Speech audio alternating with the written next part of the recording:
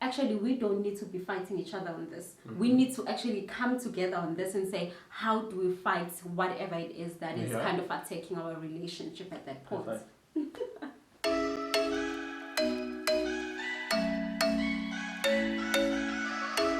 Welcome back to my channel, you guys. As you can see today, I am joined by my favorite guest, who is the only guest that ever joins us on this channel. No, has been on this channel, so I'm not the only guest. Once.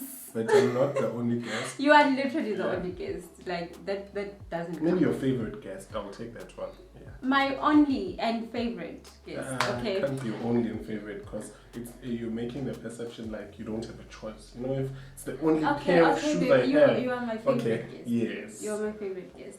So welcome back, babe. So Thank you for having me. It's a pleasure. Welcome to our studio. Thank you. It's a nice studio you have here. Thank you. In my own study, by the way. So you guys, if you watched my last video, you would know that I touched upon the fact that we, according to cultural law, are officially married, okay, because we're celebrating our lobola negotiations in the month of July, and yeah, so the reason why I wanted to have to kind of like film this video was because I wanted us to have the discussion around culture and how it can sometimes come in and derail plans that you might have within your relationship. Because what I was basically saying on that video was I was kind of narrating, babe, what happened after we got engaged, and we had planned that by this time lobola would be done and blah blah blah, we'd be doing this and that and just having everything come to a halt because of some cultural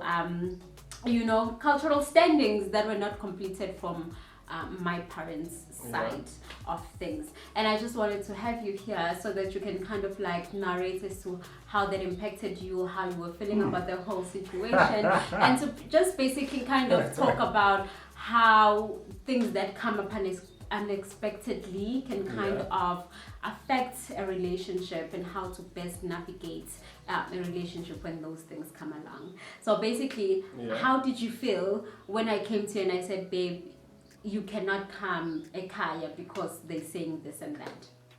No, I guess for me, right, let's just take a step back and look at culture, right? As Africans, we cannot run away from culture. But if frustration is people observe culture when it suits them, and that's number one. And number two, culture in most cases is used as a stick. It's not something that you see as an empowerment tool, right? In the sense of it's something I would say in a way, right? Because now you have to do this. And I guess for me, the biggest thing, or the biggest frustration point, I think even with my parents when we have these discussions, right, about the culture, is the disconnect between what you need to do and the why, right? Yeah. And there's never really a solid reason as to why this thing should be done the way they believe it should be done. It should be done, guy. Yeah. And I think the biggest thing for me, going back to how culture is used as a stick, sometimes you find people, when you want to do your own things, they want to observe culture to the T, but in their own personal lives, they don't even apply the same standards, right? Yeah. So that creates a frustration point then to say, okay, I want to do this, which is an honorable thing, but because of all these other things that are now literally in my face, right? You change your attitude. So, I mean, for me, looking at the situation, I was very pissed. I mean, we had some tough discussions because I just couldn't get it, right? But eventually, I just had to come around, number one, understanding the objective that we had set, and understanding that, unfortunately, this was not like something that would go away. It needed to be done. And the sooner we just do it, the better for us, because in a way it felt like our life were on pause and we couldn't really do anything. We couldn't, we basically could, you guys, like, it was so bad because we literally couldn't do anything. There was nothing that we could do. Okay, we could have, but we didn't want to do that. Like we could have just like said, you know, F it. F everyone and screw everyone. We're just gonna go Gangster. to, you know, we're just gonna go to what office in Home what Affairs. Home Affairs Yeah. and just sign and just get it over and done with. But we really didn't wanna do that because for us, it's not just about us getting married. We really wanna have that family union kind of thing going But you're on. taking it to another level. Yeah, unfortunately, but you know, we really did want that, and for us to really do anything else without our families being fully involved was something that we really didn't want to do. And so that's why we're like, you know what, let's do it, even though we literally spent money that we did not budget for, because this was something that was not a part of our plans at all, but we ended up having to say, okay, we need to do this, we need to do that, and for everything to kind of like completely be done up until we got to the point whereby, okay, it's like and now you guys can kind of like take over. So the other thing that I wanted to ask you, babe, is you know, when I was talking to you, did you get to the point of kind of like being so pissed that you ended up being pissed at me for coming to you and telling you these things? Yeah, I guess it happened, right? Yeah. Because you'd come to me and say something to me, and when I asked you questions, you wouldn't know. Because I also don't understand this and culture. I'd be frustrated at you to say you could have gathered the information. But I think that was like literally the initial steps of engagement. Yeah. Because it's like literally as this advanced, it became very clear, right, that we're on the same boat. You don't know as much as I don't know. All we knew And- is and I guess at that time, then my frustration, although I was frustrated, but I guess I was able to control it. So at the end of the day, I'm just shooting the messenger in a way, Yeah, but why did you end up actually saying, okay, I'm gonna do this, I'm gonna... Okay, but I guess the biggest thing is I had made this decision to say I want to do X, Y, Z. And what this meant, number one, is from a time frame perspective, they need to be revisited. Yeah. Number two, I think from the financial aspect, because literally it needed to be money that we contribute and fund this whole process, right? Because it's not like a one event, it's like a series of other things, and then there are other cultural things not related to the wedding, but which speaks to the family structure and authenticating basically, that. It was ukuthi mama had to get married, and then after that it was ukuthi we now as abantwana bakhe have to be introduced to imbeleko. We had bekumele basenzele imbeleko ukubikwa, and then after that it was ukuthi ekhaya, you know, they had to then have that ceremony ukuthi kumele kubikwe umuzi before kuzofika abantu. I've been through the most. So, Sure. We were going through the most. Through the most. Yeah. No, I guess when you like say it that way, I'm like, yo, like it was a lot lot. of things And happened. I think from my side the hardest thing was just the fact that Tina, so we're not really those people. Like that. Firstly, we don't know these things. We don't understand these things. We don't know why they need to be done the way they needed to be done. But having, you know, your parents take such a strong stance against and for you guys to be able to kind of like have your things being done the right way, it was very, very hard. And that's why I'm like, you know, we could have really gone and said we are we're just gonna do things our own way, but we really and knowing umuntu wami, I honestly thought it was gonna get to that point, because after this comes this, after this comes this. I honestly thought it was just gonna get to the point where he was just gonna be like, I'm done with this, mkatele, you know. And I was really kind of like shocked in a way as to how you eventually just handled everything, and how you received me with grace, and how you ended up just understanding, Wuti, if I really want us to do this and get married to each other, then we just have to do it. And you eventually just were like, you know what, let's just do this, you know. Well, but I know it wasn't as kind of like as easy for you to kind of get to that point. Yeah, it was not easy, because I mean, going back to the preface, right? Which you have all these things. Number one, there's this thing which they should happen now. So the first question is like, why all this time we're waiting? And then number two, there's a prescription or which this needs to happen. Then after you're like, so you put your mind to say, okay, this should happen. And then another thing pops up, right? And all these things, as they pop up, it's not like they pop up for free. The expectation is this needs to be fulfilled by who? By us, through you. So we need the money to do all these things, right? By us, through you. Yeah, so it became frustrating, right? So now people are literally budgeting, but when it comes to fitting the bill, they're like, okay, let's transfer the bill, right? Yeah. But yeah, so I mean, looking at and I think what made it very intriguing, right? In a way for me, being the numbers guy, right? Yeah. Is the way that we plan way in advance, right? We literally, for this year, we're already planning for the year. Yeah, to so come. What's next year? This is what we're gonna do. So we already have like a 2023 budget. Exactly. And yeah, so now you literally need to sacrifice some things, because I literally told her that if we needed to do certain things, then some of the trips that we had planned for the latter part of the year, we need to remove those and other things that we wanted to do so that we fund this. So yeah, at the end of the day, it's something that needed to be done. And I mean, looking at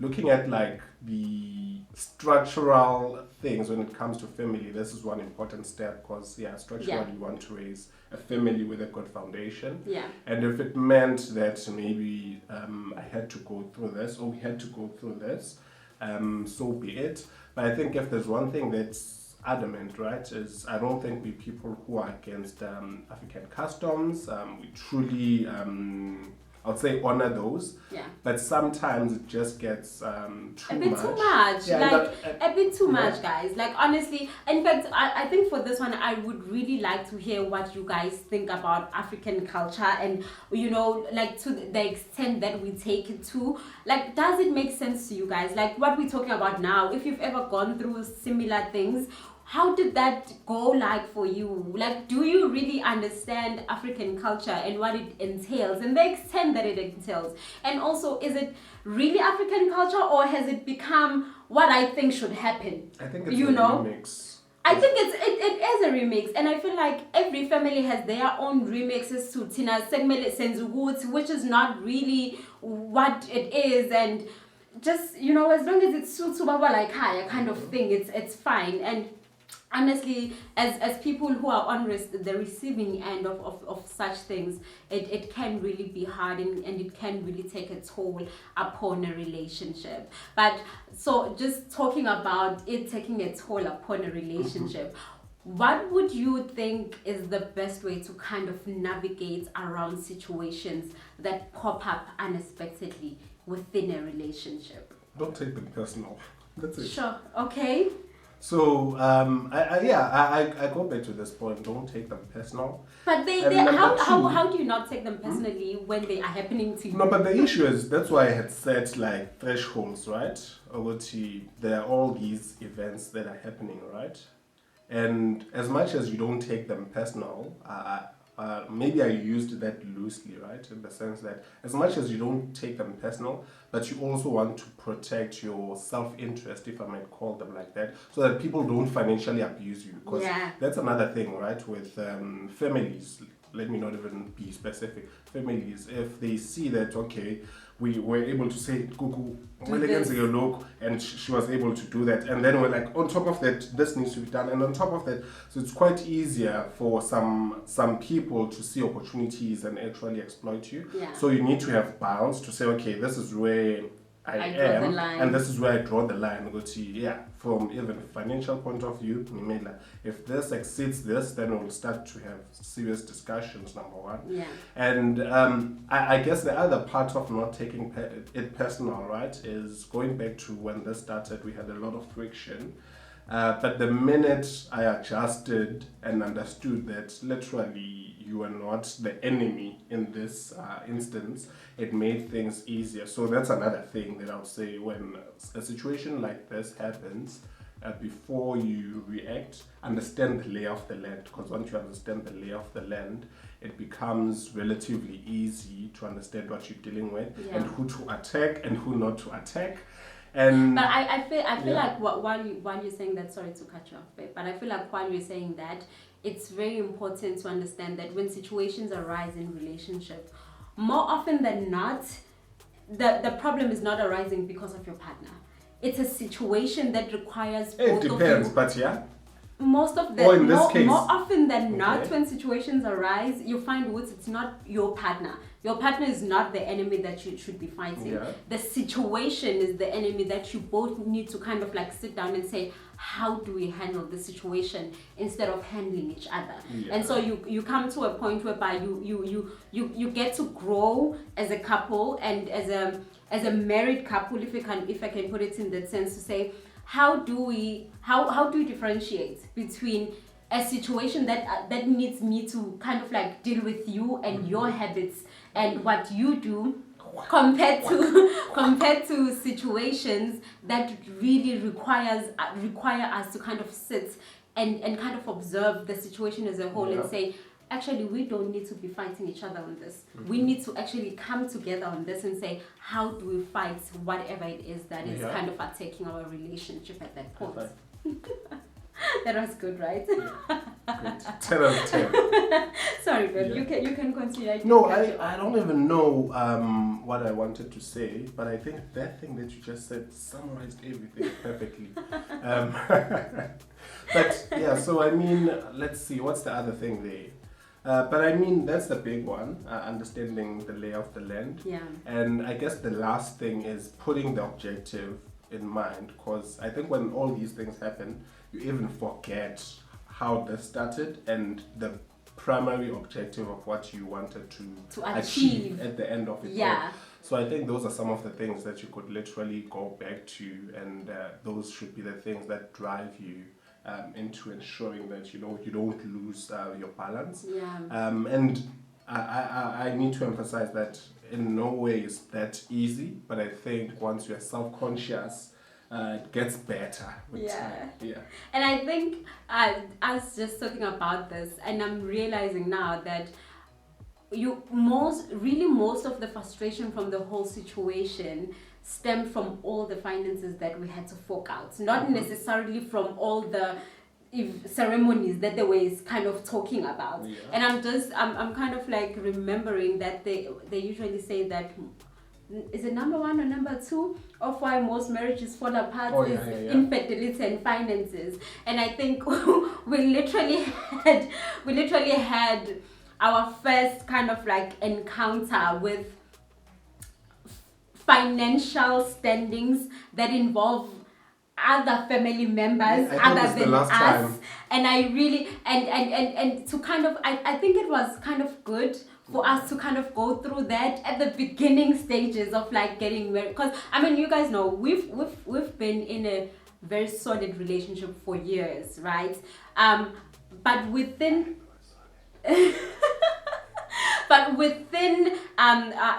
that, because it was from a family's point of view, we hadn't really gotten to that point whereby our families were really like kind of like interlinked and intertwined, and we were not really exposed to a lot of what could come with a lot of people now being so intricate within our relationship. We hadn't realized it, we haven't experienced it, and this was the first time whereby we had people having a say as to what should happen with us. You know, or as to what could either hinder us or what could allow us to move forward with our relationship.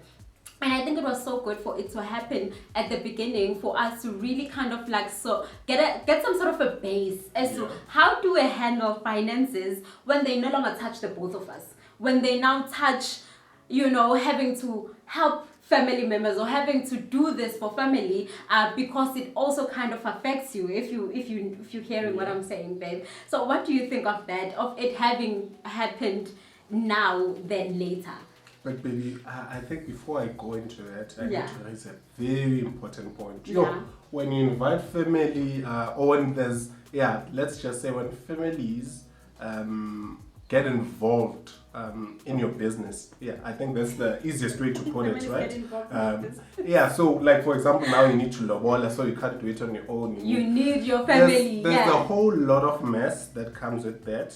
And I guess to summarize it, because I've just experienced it, my uncles and my lobola changed. So when we're heading back home, can we can we have that as another video, because I really want us I'm not gonna talk I want about us to talk about lobola, like the day on its own and the journey to leading to that day and how that went about. So we will touch on that. No, but baby, disturb me. Sorry. So the point that I was making here was, as soon as you involved family, sometimes you'd see that it messes things up, because now you have this side who wants to have more say on what should happen in the relationship. Now this side's like, no, can't be told by that side. And then in the middle, you're being pulled, and then you have your own family dynamics playing in isolation. So there's a lot of things. But I think that's a video for another day. But coming back to, I think what we were talking about, I even forgot the point. No, I was just saying, Lucy, how do you feel about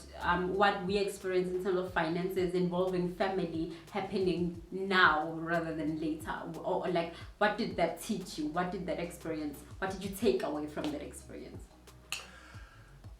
I think for me, right, because I was literally on the, I would say outside, right, because you were literally my conduit. I think that's the right English word, right? So in terms of experience, it might be quite limited in a way, but I think the basic thing is just around what I said, not taking things personal, and number two, understanding the lay of the land in terms of who you're fighting. And on a broader family side, I wouldn't like literally have things to say. So I think you should have the mic on this one, because you have more things to say.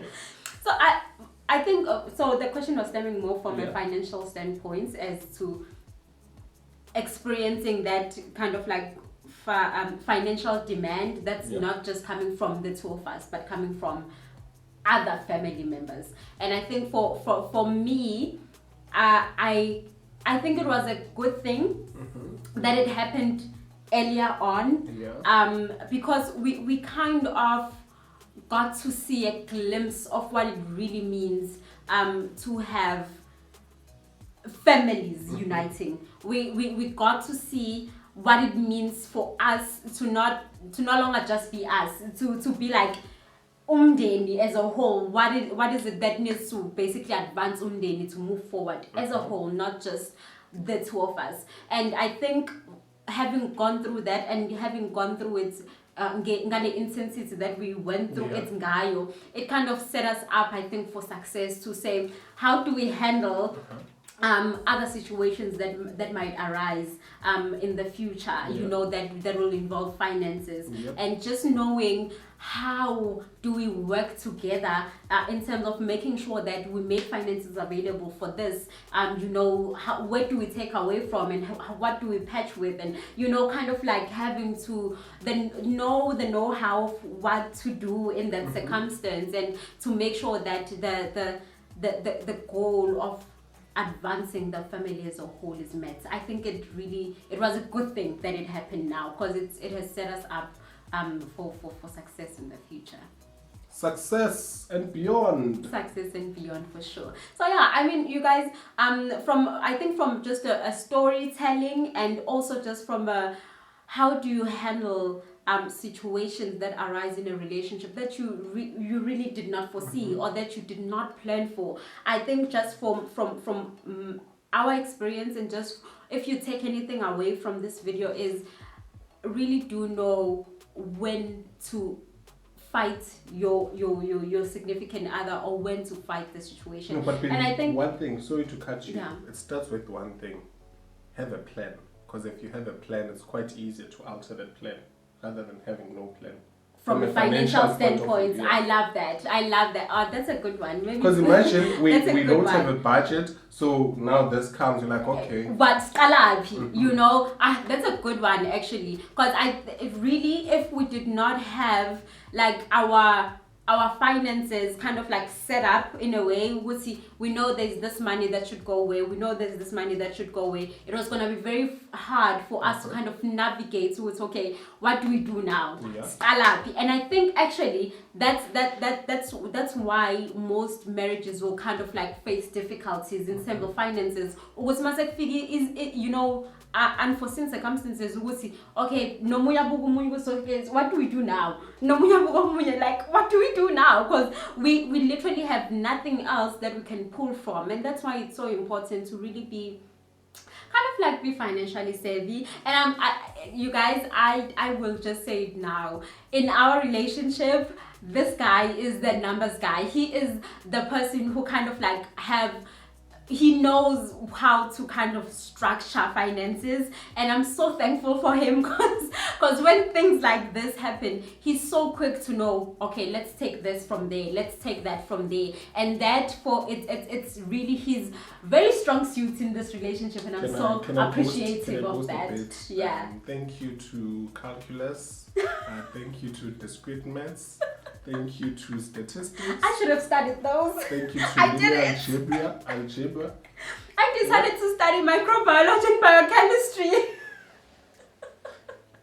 Tell me one thing. Excuse me, with running this household, not at work. Okay, it helps me at work. Yeah. At least I'm using it somewhere, babe. That's all that matters. Okay. But yeah, you guys, I think that's really what we wanted to share with this video. I know it was kind of like all over the place, but I think the message that we wanted to kind of like for it to come across, it did. And if you are facing any challenges like that with your spouse or your significant other, your boyfriend, first and foremost, it's what he said. Have a budget, have a financial structure, because having that structure is really going to help you when things that you never knew or that you did not see come on, you will at least have somewhere to pull from. And also, number 2, know when you are tackling your partner or when you're supposed to be tackling the situation, so that you guys both come forward and say, how do we face this situation? And I think from my side, that is all I would like to kind of like talk about in this video. Do you have anything else to add? No, that's it. You've literally summarized it nicely. Can see the smile. So yeah, thank you so much, guys, for watching this video. We will see you guys with the next one, and the next one I think is gonna be us talking about our lobola journey and what happened and everything that happened on that day. And just basically us, you know, no longer living kind of like a boyfriend and girlfriend, or living as a kind of like fiancés in a way, and just how if I also just want to ask you if you feel like there's a difference in terms of our relationship. Difference. Okay, we won't talk about it now, but we will talk about it later. Is that different? Later. Guys, we will see you guys in the next video. Okay, bye.